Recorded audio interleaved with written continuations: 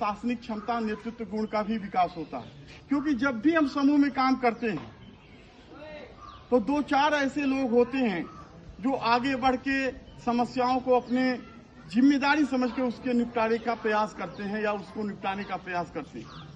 अक्सर ऋतिक सर द्वारा जब करियर काउंसलिंग का कार्यक्रम रखा गया था तो वहाँ पे कई बच्चे ऐसे थे, कहे थे कि हमको नेता बनना। नेता चाहने से लोग नहीं बन जाते। नेतृत्व के लिए आप चाहे प्रशासनिक क्षेत्र में हो, नेता की जरूरत समाज में हर क्षेत्र में है। प्रशासन में है, विद्यालय में है, आपके परिवार में भी है। छोटी सी जहां मानव समूह होगा वहां नेतृत्व क्षमता की आवश्यकता पड़ेगी, नेतृत्व की भी आवश्यकता पड़ेगी। और नेतृत्व के लिए सबसे जरूरी चीज होती है जो भी समस्या है उसको आगे बढ़ के स्वीकार करना चाहिए, उसके समाधान का प्रयास करना चाहिए। और राष्ट्रीय सेवा योजना यह गुण अपने युवाओं में निश्चित रूप से राष्ट्रीय सेवा योजना के माध्यम से यह इन गुणों का समावेश युवाओं में होता है। इस योजना की जो सबसे बड़ी सकारात्मकता थी, क्योंकि आप देखिए इस योजना के जो लोगो है, राष्ट्रीय सेवा योजना का जो बैज मिलता है उसमें जो प्रतीक है ये उड़ीसा के कोणार्क मंदिर के रथ का पहिया है। ये रथ का पहिया जो है निरंतर परिवर्तन का प्रतीक है। इसमें 8 पंक्तियां हैं। 8 पंक्तियां आप जानते हैं 8 पहाड़ का प्रतिनिधित्व करती हैं। एक पहाड़ में 3 घंटे होते हैं और 8 पहाड़ मिलकर 24 घंटे होते हैं। अर्थात राष्ट्रीय युवा योजना के जो भी स्वयंसेवक हैं, जो भी वॉलंटियर हैं, 24 घंटे राष्ट्र और समाज की सेवा के लिए तत्पर रहते हैं। इसका लाल रंग स्फूर्ति, ऊर्जा का प्रतीक है। नीला रंग जो है इसमें बाहर, वो नीला रंग ब्रह्मांड का प्रतीक है। यहाँ हम ऐसा कह सकते हैं कि समाज ब्रह्मांड है और हम उसके एक अंश हैं। हम उसके एक अंश हैं।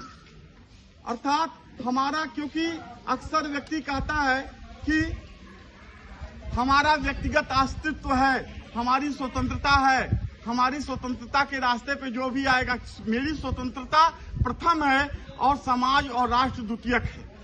नहीं, ऐसा नहीं हो सकता। क्यों? क्योंकि समाज के अस्तित्व के साथ हमारा अस्तित्व बना है। आज हमारे शरीर पे जितनी चीजें हैं वो समाज ने हमको दिया है। आज हम जो एक पंक्तिबद्ध ढंग से बैठे हैं, एक व्यवस्थित ढंग से कार्यक्रम कर रहे हैं, इस संस्कार बस हमको समाज ने दिया है। तो निश्चित रूप से, क्योंकि नीचे लिखा हुआ नॉट मी बट यू, अर्थात मैं नहीं आप, अर्थात हमको राष्ट्रीय युवा एनएसएस के जो भी वॉलंटियर हैं उनका यह उद्देश्य होता है, उनके लिए सबसे पहले सामाजिक हित होता है। व्यक्तिगत जो उनके अपने हित होते हैं वह सामाजिक हित और व्यक्तिगत हितों में जब टकराव हो तो वह हमेशा सामाजिक हितों को अपनाते हैं। और यह हमारे जीवन का भी उद्देश्य होना चाहिए, क्योंकि सागर की एक बूंद का अस्तित्व जब तक वह सागर में ना मिले तो उसके बूंद का अस्तित्व कोई अस्तित्व नहीं होता है। इसी तरह व्यक्ति यह समाज और राष्ट्र के लिए कार्य ना करे, यह समाज और राष्ट्र के हित में कार्य ना करे तो उसका अपना कोई अस्तित्व होता नहीं है। दूसरी चीज कि राष्ट्रीय सेवा योजना में जो यहाँ पे कार्यक्रम हुए, प्रतिदिन कोई न कोई कार्यक्रम किया गया। पहले दिन जब हम आए तो परिसर में काफी गंदगी थी। स्वयंसेवकों ने यहाँ परिसर की व्यापक स्तर पे स्वच्छता अभियान चलाकर सफाई की। बगल के जो सड़क मार्ग है वहाँ पे भी सफाई किया। बौद्धिक कार्यक्रम में राष्ट्रीय सेवा योजना के क्या उद्देश्य हैं, हम लोग क्यों यहाँ एकत्रित हुए हैं, इस पे मैंने अपना विचार रखा।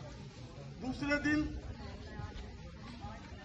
स्वयंसेवकों ने गांव में स्वच्छता रैली निकालकर गांव में जाकर सफाई करके गांव के लोगों को स्वच्छता के प्रति जागरूक भी किया और साफ उनको संदेश भी दिया। वो यहाँ के लोगों से वार्ता करके यह संदेश दिया, स्वच्छता यदि हम अपनाएंगे तो तमाम बीमारियों से हम बच सकते हैं। दूसरे दिन के कार्यक्रम में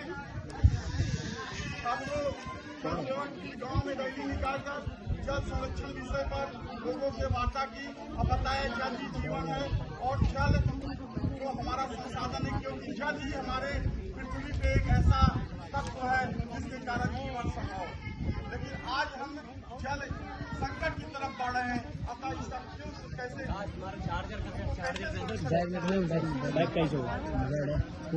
उसके बाद बौद्धिक चर्चा में करियर की गई। हमारे महाविद्यालय के लगभग सभी शिक्षक उपस्थित थे। कीर्ति जी उसका नेतृत्व कर रहे थे। बहुत लोकतांत्रिक माहौल में बच्चों ने अपने प्रश्नों को रखा और बहुत सकारात्मक ढंग से हमारे शिक्षकों ने उनका उत्तर दिया, उसका मार्गदर्शन किया। तीसरे दिन का कार्यक्रम जो था वह सुबह का कार्यक्रम जो बच्चों ने फिर गांव में जाकर नशा के खिलाफ, क्योंकि हम ये जानते हैं कि आज के समय में परिवार को तोड़ने में, घरेलू हिंसा में, समाज को कहीं न कहीं विकृत करने में नशा की बहुत बड़ी भूमिका है। कम उम्र के बच्चे भी नशा के लत में पड़ जाते हैं। अतः हमारे बच्चों ने यहाँ रैली निकालकर गांव के लोगों को नशा त्यागने के प्रति जागरूक किया।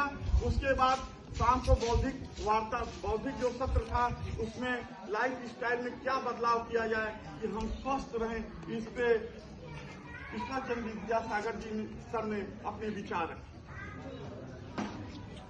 अगले दिन के सत्र में फिर हमने पर्यावरण से जुड़े हुए पर्यावरण के संरक्षण के विषय में, पर्यावरण को कैसे प्रदूषित किया जा रहा है, इसका कैसे संरक्षण किया जा सकता है, इस पे बच्चों ने गांव में रैली निकाली, लोगों को जागरूक किया इस विषय पे। इसके अलावा जो महत्वपूर्ण जानकारी आंकड़े हैं, जैसे मतदाता सूची में नाम है कि नहीं, विभिन्न पेंशन योजनाओं के संदर्भ में लड़कियों ने जाके महिलाओं के स्वास्थ्य के बारे में यहाँ की महिलाओं से मिलकर उनको स्वास्थ्य में क्या क्या जागरूकता है, क्या